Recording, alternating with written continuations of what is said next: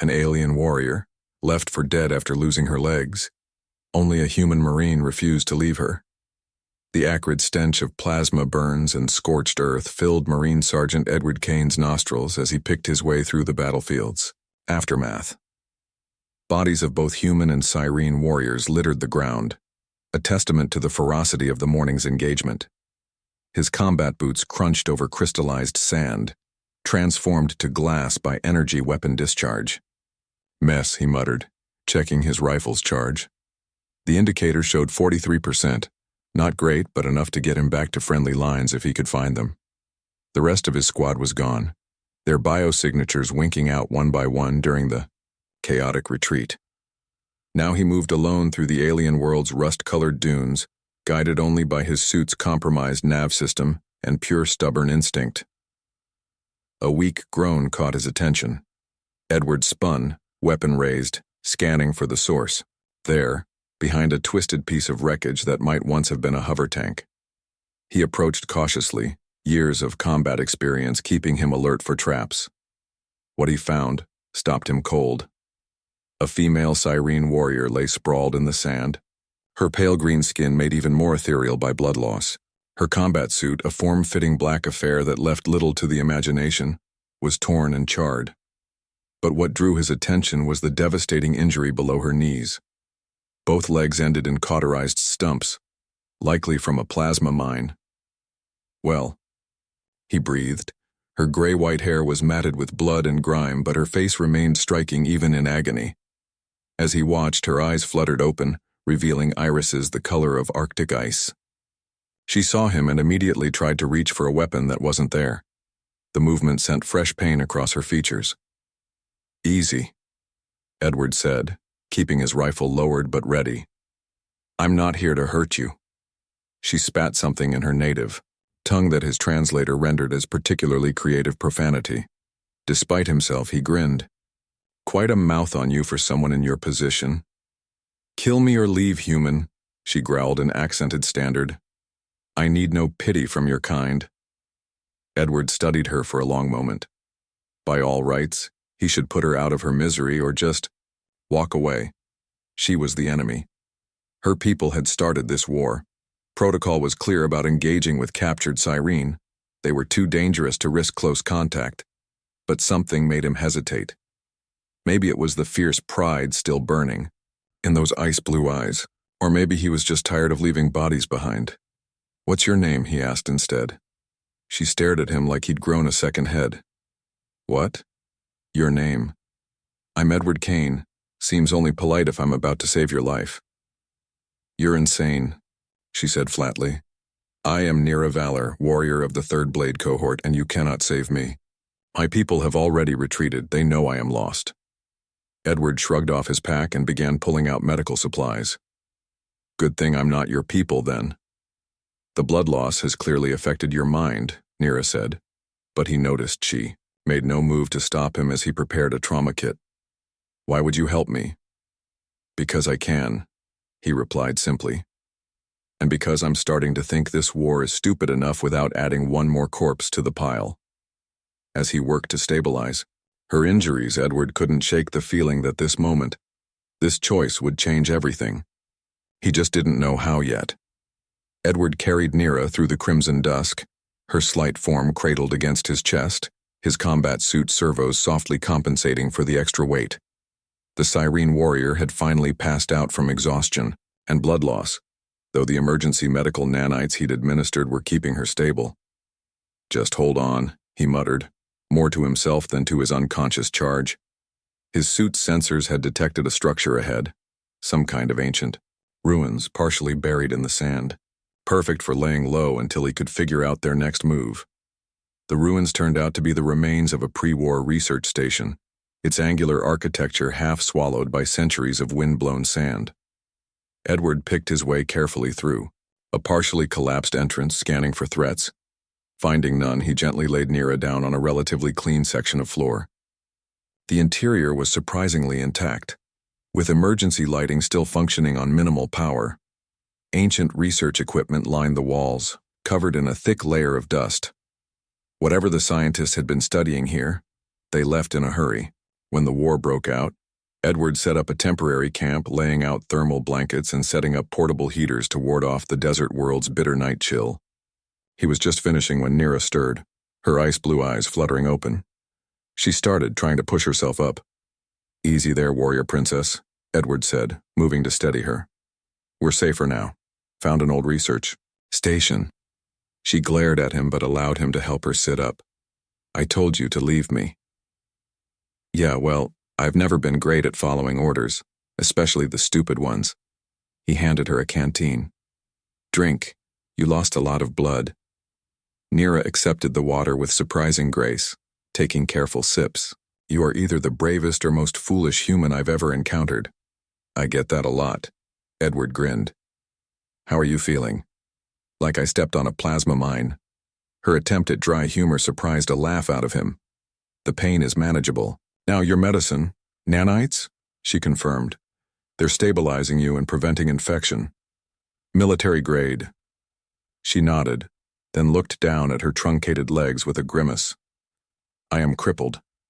Useless as a warrior now," Edward said firmly. "Ever heard of PR prosthetics? The right cybernetics and you'll be back in fighting form. Might even be faster than before. My people do not." She paused, considering. "We believe in natural perfection. Augmentation is seen as weakness." "No offense, but that's stupid." "As hell," Edward said, checking the perimeter sensors he'd set up. "Nothing. Nothing wrong with using technology to overcome limitations. Shows adaptability." Nira watched him move around the room with an unreadable expression. "You are not what I expected, Edward Kane." "How so?" "Our intelligence suggests humans are savage, bloodthirsty creatures who care only for conquest. Yet you show mercy, kindness even." She tilted her head. "It is confusing." Edward sat down across from her, close enough to talk comfortably but maintaining a respectful distance. "Maybe your intelligence needs updating. We're not all bad. Just like I'm betting not all Syreen are the emotionless killing machines your propaganda makes you out to be." A ghost of a smile touched her lips. "Perhaps." She shifted, wincing slightly. "Though I must admit some of our beliefs about human male attractiveness appear accurate." Edward nearly choked on his water. "I'm sorry." "What?" Nira's smile grew more pronounced. "Oh? Did your intelligence not mention that many Syreen find human males quite appealing? Something about your rugged features and muscular builds." Her eyes traveled over him appreciatively. "Though you are an especially fine specimen. Edward felt his face heating up. "That's good to know." She laughed then, a surprisingly musical sound. "You face death without flinching, yet a simple flirtation makes you blush. Fascinating. In my defense, most enemy combatants don't usually compliment my physique," he managed, trying to regain his composure. "Their loss?" Nira said with a predatory grin that sent shivers down his spine, and not entirely unpleasant ones. The moment was broken by a distant rumble that shook dust from the ceiling. Both warriors tensed, years of combat training taking over. "Artillery?" Nira asked, already reaching for a weapon she didn't have. Edward checked his tactical display. "No seismic activity. This whole region is geologically unstable, another reason it was abandoned." "Wonderful," she muttered. "So we're hiding in ruins that could collapse on us at any moment. Look on the bright side. At least we'll have company if we get buried alive," he quipped. "Your attempt at humor needs work," she said dryly. "But—" He caught the hint of amusement in her voice. As if to punctuate her words, another tremor shook the station. This one stronger, causing loose debris to rain down around them. "We should move deeper inside," Edward said, already gathering their supplies. "These outer chambers are too exposed." Nira nodded in agreement, then looked down at her legs with frustration.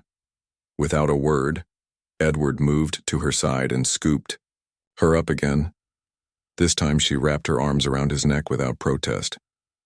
"My hero," she purred in his ear, sending another of those pleasant shivers through him. "Behave yourself, warrior princess," he growled back, earning another musical laugh. As he carried her deeper into the ruins, Edward couldn't help but marvel at how quickly their dynamic had shifted. Here they were, sworn enemies by circumstance, trading flirtatious banter while trying to survive. It was insane. It was probably treason. It was also the most alive he'd felt in years. The third tremor hit without warning, stronger than the previous two combined. Edward barely had time to shield. Nira with his body as the ceiling came down around them. His combat suit's shields flared, deflecting the worst of the debris, but the thunderous cascade of falling rock seemed endless. When the dust finally settled, they found themselves trapped in a small chamber, the entrance completely sealed by fallen debris. Emergency lighting cast everything in an eerie blue glow. "Well," Edward coughed, checking his suit's diagnostics. "This is cozy." Nira shifted in his arms, her breath warm. Against his neck, her breath was warm. "Your talent for understatement is remarkable," she murmured. Then with a sultry tone she added, "Though I can think of worse situations than being trapped in close quarters with a handsome human warrior." Edward felt his pulse quicken at her words. The small space left them pressed together, her lithe form fitting perfectly against him. "You're injured," he reminded her, and himself. "And we need to focus on getting out of here."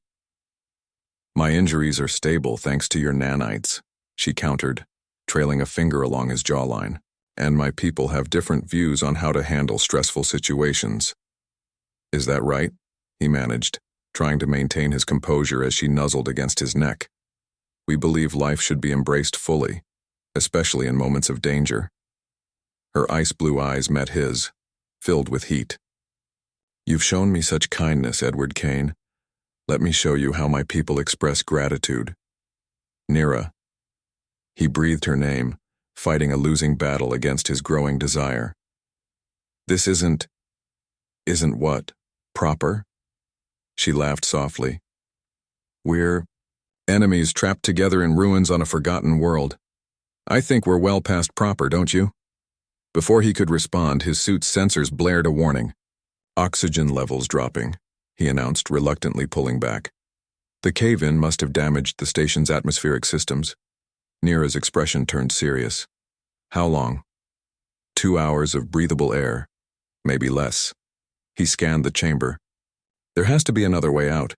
These research stations usually had multiple escape routes."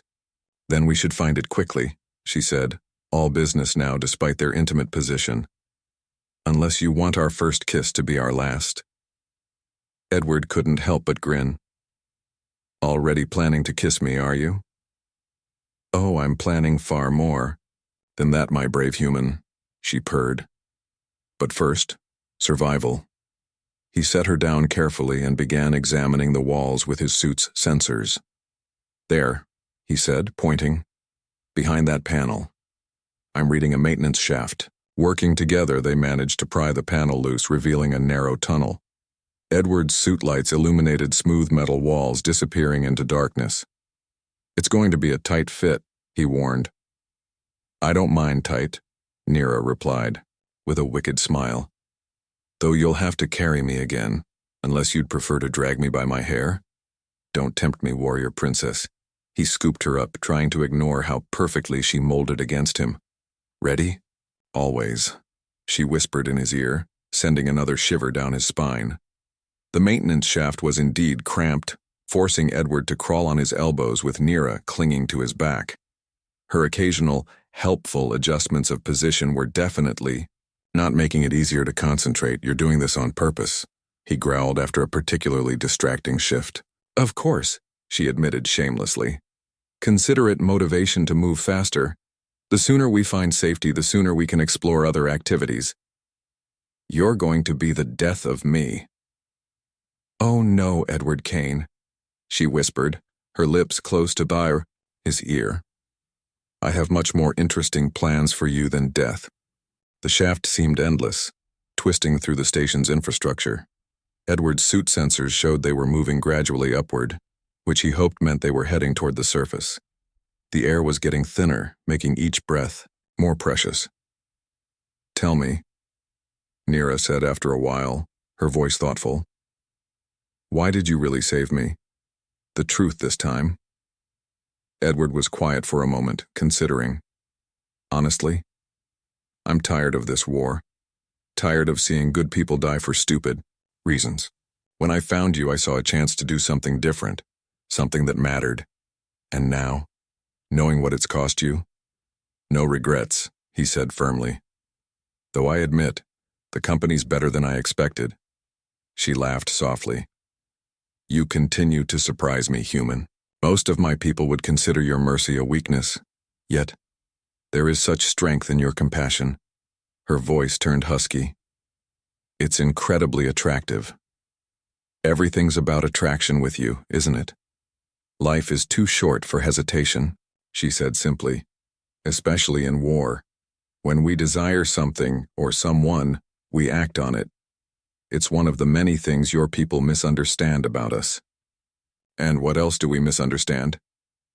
That we're emotionless, cold. She traced slow, deliberate patterns on his neck. We feel, deeply, passionately. We simply express it differently. Her fingers lingered. For instance, saving an enemy's life creates a bond of obligation, one that can only be properly repaid through intimate means. Edward nearly lost his grip on the shaft wall. You're making that up. Am I? He could hear the smile in her voice. I suppose you'll have to survive long enough to find out. The maintenance shaft opened into what appeared to be an abandoned medical bay, its pristine white surfaces preserved by automated cleaning systems.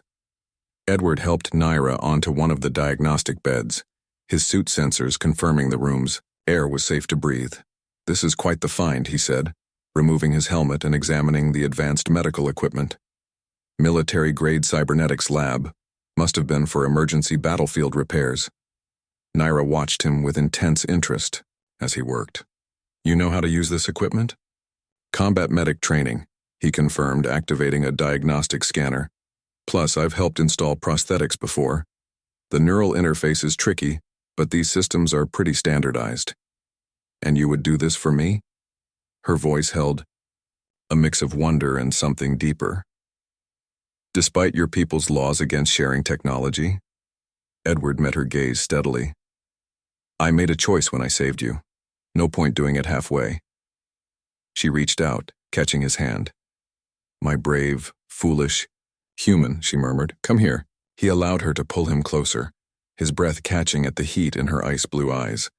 Her fingers traced his jawline, sending electricity through his nerve endings. Before we proceed, she whispered, there is something you should know about. Syreen physiology, the neural bonding process. It creates a connection, intimate, lasting. What kind of connection? Emotional. Physical. Her lips curved into a seductive smile. When you link the prosthetics to my nervous system, our bioelectric fields will synchronize, temporarily. Edward swallowed hard. That's intense.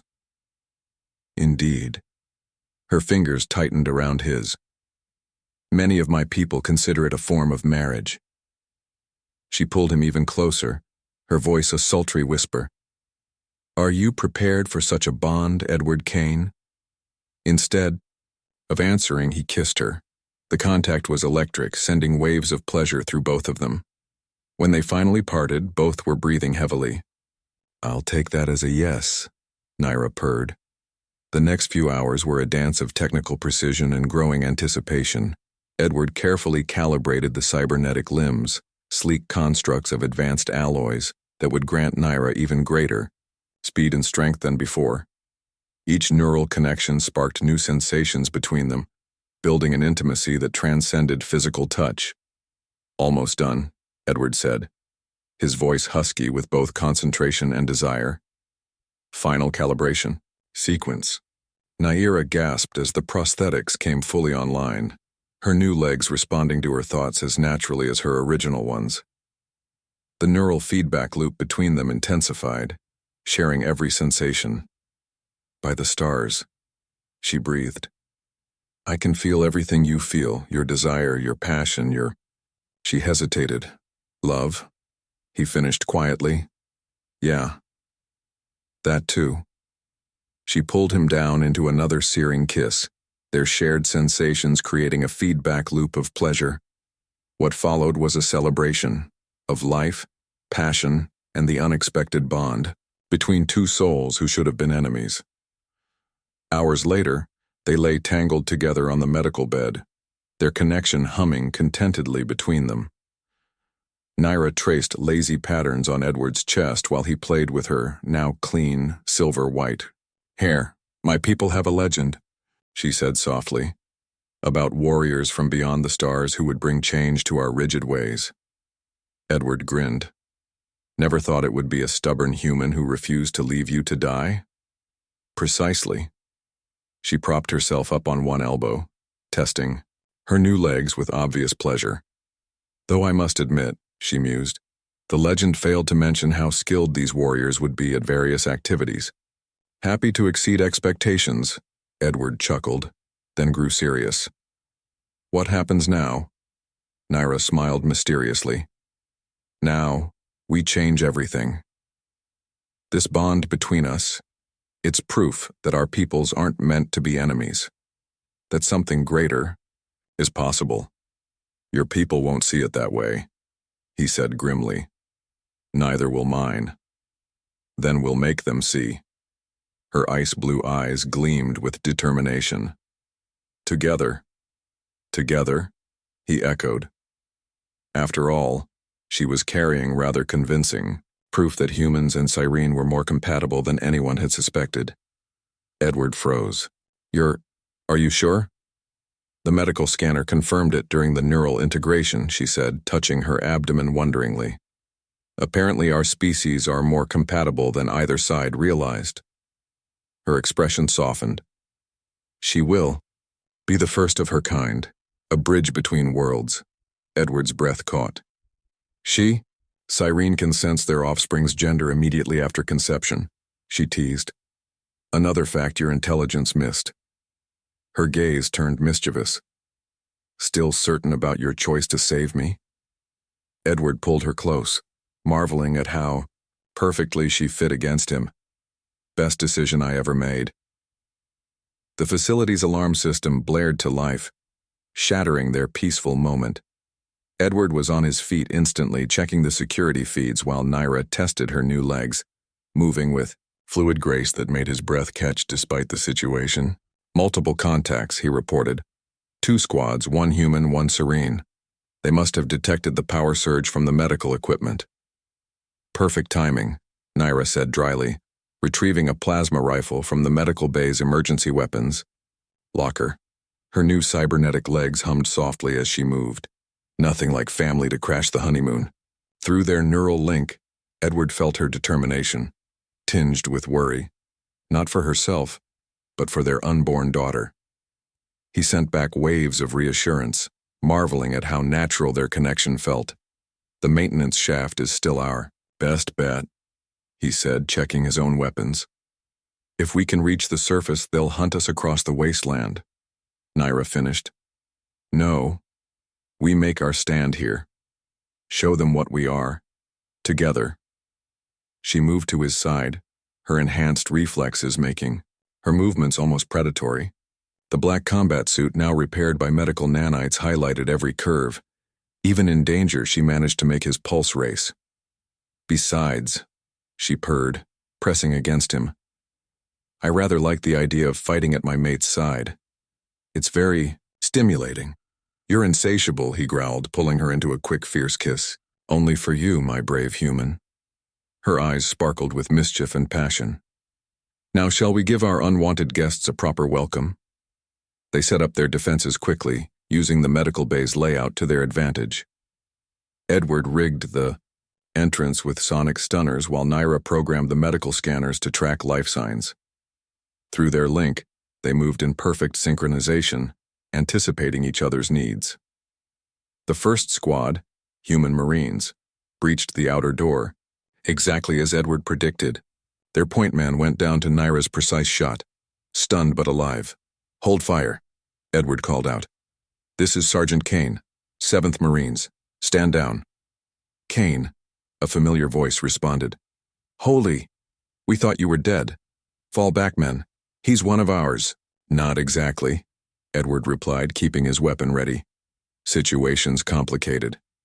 Complicated how? The captain stepped forward, then stopped cold. Son of a... His gaze locked onto Naira. You're harboring a Syreen? My mate, Edward corrected firmly, feeling Naira's fierce pride through their bond. And she's carrying my child. The silence that followed was deafening. Then, from the other entrance, a cold voice spoke in the musical Syreen language. So the rumors were true, the new voice said. The noble daughter of House Valar, consorting with a human animal. Naira's response was unprintable in any language, but her meaning was clear. Edward felt her fury through their link, mixed with determination and amusement. Such language from a warrior princess, the Syreen commander taunted. What would your father say? He would say I chose well, Naira shot back. A mate who saw my worth beyond my wounds, who gave me back my legs, and his heart in the same breath. The neural link hummed with the intensity of her emotions. Edward sent back his own feelings. Love, pride, absolute certainty that they were meant to find each other. This is bigger than us now, Edward said, addressing both groups. Our child will be proof that our peoples can coexist, that this war is pointless. Blasphemy, the Syreen commander spat. Stand down, Kane, the human captain warned. This is treason. No, Naira said firmly. This is evolution, change, the future. She raised her weapon, and we will defend it. The next few minutes were chaos. Both squads attacked simultaneously, but they weren't prepared for the devastating efficiency of two neural-linked warriors. Edward and Naira moved as one, their shared awareness making them nearly unstoppable. Stun blasts filled the air as they disabled their attackers with surgical precision. Naira's new legs gave her incredible mobility, while Edward's combat experience guided their strategy. Through it all, their bond sang with shared exhilaration and passion. When it was over, both squads lay unconscious but alive. Edward and Naira stood in the center of the medical bay, breathing hard, their neural link crackling with residual adrenaline and desire. Naira smirked, her ice-blue eyes gleaming. Well, she purred. Pressing against him, Naira smirked. That was exciting. Nothing like combat to get the blood flowing, Edward agreed, pulling her close. Her hands traced the contours of his armor. Though I can think of better ways to burn off this energy. We should secure the prisoners first, he said, but his resolve was weakening under her touch. They'll be unconscious for hours, she murmured, her voice sultry. And I need to properly thank my warrior for defending our family's honor. Their neural link amplified every sensation as they came together. Combat high, transforming into a passionate celebration of life and love. At that moment, they were no longer human and Syreen, but something new, something wonderful. As their prisoners began regaining consciousness, Edward and Naira faced their first real test, not as warriors, but as diplomatic revolutionaries. The human captain, James Reynolds, was the first to show signs of acceptance. Rubbing his stunned muscles, he muttered, I've never seen anything like it. You two moved like one person in two bodies. That's exactly what we are now, Naira explained, perched gracefully on a medical bed, her new legs crossed. Through their link, Edward felt her satisfaction at the human's admiring glances at her cybernetic enhancements. The neural bond is permanent, she continued, a marriage of minds as well as hearts. The Syreen commander, Lady Fenra, remained skeptical, but intrigued. Such bonds are sacred among our people. If what you say is true, test it yourself, Edward offered. Your medical scanners can verify the link. While the Syreen medics conducted their scans, Edward and Naira shared knowing smiles. Their connection hummed with playful energy, private thoughts and sensations flowing between them. Every brush of skin sent sparks through their shared consciousness. Lady Fenra finally exhaled, her expression unreadable. Extraordinary. She turned to the assembled officers. The bond is genuine, and the child, she will be the first of her kind. Naira lifted her chin proudly. Proof that our people's strengths can be combined rather than opposed. Captain Reynolds shook his head in wonder. A human Syreen hybrid. The brass is going to lose their minds. They already have, Edward pointed out dryly. That's why we're fighting this war.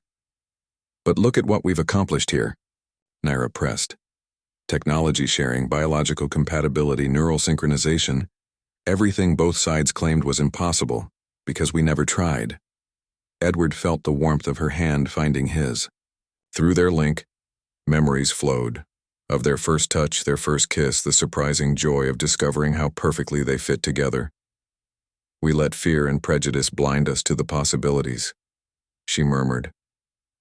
The next few hours were spent in intense discussion. Both squad leaders contacted their superiors, carefully explaining the situation. To everyone's surprise, the response was cautious interest rather than immediate condemnation. Your timing is fortunate, Lady Fenra admitted. The High Council has been seeking a way to end this conflict without losing face. Your union could provide that opportunity. Same on our side, Reynolds added. The Senate's war coffers are running dry. They need a win that doesn't involve more bloodshed. Edward felt Naira's spike of hope through their bond. Then you'll help us? She asked. Better, Lady Fenra said, offering them the first genuine smile they'd seen from her. We'll escort you to the peace talks personally. Both sides need to see what's possible when we stop trying to kill each other. The next few days were a whirlwind of preparation and growing support. Word spread through both military networks about the human Marine who saved a Syreen warrior, their impossible love, and the miracle child they had created.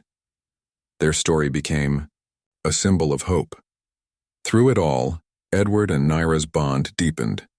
Each night, groups. Our child will be proof that our peoples can coexist, that this war is pointless. Blasphemy, the Syreen commander spat. Stand down, Kane, the human captain warned. This is treason. No, Naira said firmly. This is evolution, change, the future. She raised her weapon, and we will defend it. The next few minutes were chaos. Both squads attacked simultaneously, but they weren't prepared for the devastating efficiency of two neural-linked warriors. Edward and Naira moved as one, their shared awareness making them nearly unstoppable. Stun blasts filled the air as they disabled their attackers with surgical precision.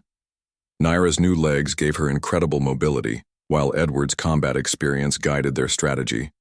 Through it all, their bond sang with shared exhilaration and passion.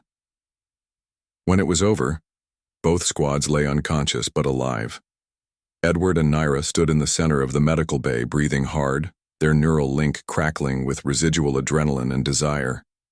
Naira smirked, her ice-blue eyes gleaming. Well, she purred. Pressing against him, Naira smirked. That was exciting. Nothing like combat to get the blood flowing, Edward agreed, pulling her close. Her hands traced the contours of his armor. Though I can think of better ways to burn off this energy. We should secure the prisoners first, he said, but his resolve was weakening under her touch. They'll be unconscious for hours, she murmured, her voice sultry.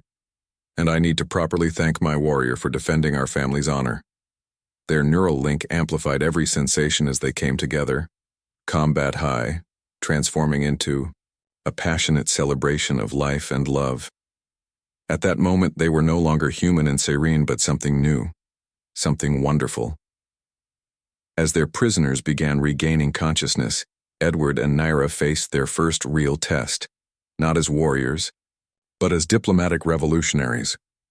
The human captain, James Reynolds, was the first to show signs of acceptance.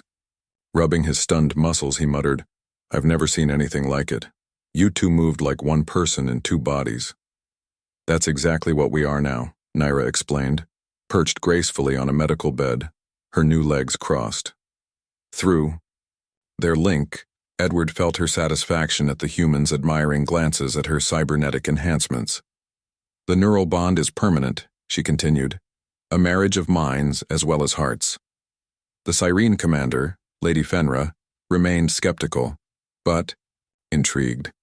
Such bonds are sacred among our people. If what you say is true, Test it yourself, Edward offered. Your medical scanners can verify the link. While the Syreen medics conducted their scans, Edward and Naira shared knowing smiles. Their connection hummed with playful energy, private thoughts and sensations flowing between them. Every brush of skin sent sparks through their shared consciousness. Lady Fenra finally exhaled, her expression unreadable. Extraordinary. She turned to the assembled officers. The bond is genuine, and the child, she will be the first of her kind. Naira lifted her chin proudly. Proof that our people's strengths can be combined rather than opposed. Captain Reynolds shook his head in wonder. A human Syreen hybrid. The brass is going to lose their minds. They already have, Edward pointed out dryly. That's why we're fighting this war. But look at what we've accomplished here, Naira pressed. Technology sharing, biological compatibility, neural synchronization, everything both sides claimed was impossible, because we never tried. Edward felt the warmth of her hand finding his. Through their link, memories flowed. Of their first touch, their first kiss, the surprising joy of discovering how perfectly they fit together. We let fear and prejudice blind us to the possibilities, she murmured. The next few hours were spent in intense discussion. Both squad leaders contacted their superiors, carefully explaining the situation. To everyone's surprise, the response was cautious interest rather than immediate condemnation. Your timing is fortunate, Lady Fenra admitted. The High Council has been seeking a way to end this conflict without losing face. Your union could provide that opportunity. Same on our side, Reynolds added. The Senate's war coffers are running dry. They need a win that doesn't involve more bloodshed. Edward felt Naira's spike of hope through their bond. Then you'll help us? She asked. Better, Lady Fenra said, offering them the first genuine smile they'd seen from her. We'll escort you to the peace talks personally. Both sides need to see what's possible when we stop trying to kill each other. The next few days were a whirlwind of preparation and growing support. Word spread through both military networks about the human Marine who saved a Syreen warrior, their impossible love, and the miracle child they had created. Their story became a symbol of hope. Through it all, Edward and Naira's bond deepened. Each night, the next hours were a blur of activity. Both human and Syreen medical teams worked together, their previous rivalry forgotten in the face of this unprecedented birth.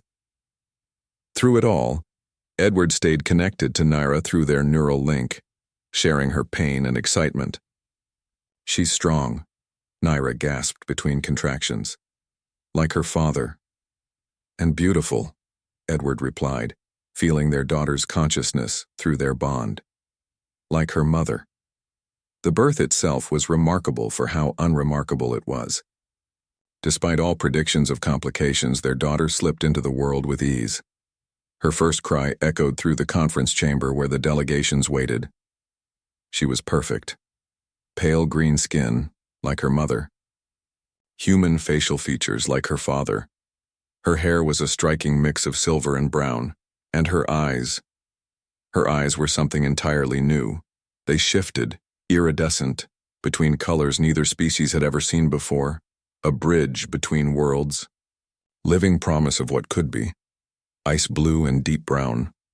Their daughter's eyes shifted between the two colors as she looked around, wide with curiosity. Impossible, breathed the Syreen High Priestess, who had insisted on witnessing the birth. She bears the mark of prophecy. The humans looked confused, but Edward felt Naira's shock through their link. The birthmark, she whispered.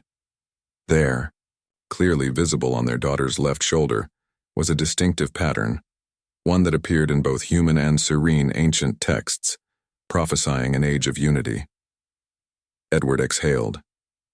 Well, he said dryly, that's going to complicate the peace talks. Naira laughed, her joy flowing through their bond. My brave, impossible human, she murmured. You didn't just save me that day. You set everything in motion. The prophecies foretold this. The impact was immediate. News of the prophecy child spread through both fleets. The peace talks transformed from cautious negotiations into enthusiastic planning sessions. Other human Syreen couples emerged from hiding, many already with children of their own. That night, after the formal ceremonies and medical examinations, Edward and Naira finally had a quiet moment alone with their daughter. "She needs a name," Naira murmured, watching their child sleep. Through their neural link, Edward felt her contentment, her desire, her endless love for both him and their daughter. "Hope," he suggested, "in both our languages." "Perfect," she purred, pulling him close. "Now, my brave human, I believe we should properly celebrate becoming parents." Their passion that night was tender yet intense, their neural link amplifying every sensation. They had created something miraculous, not just their daughter, but a future neither of them had imagined possible when they first met on that battlefield. 5 years later, the streets of New Aurora thrummed with celebration.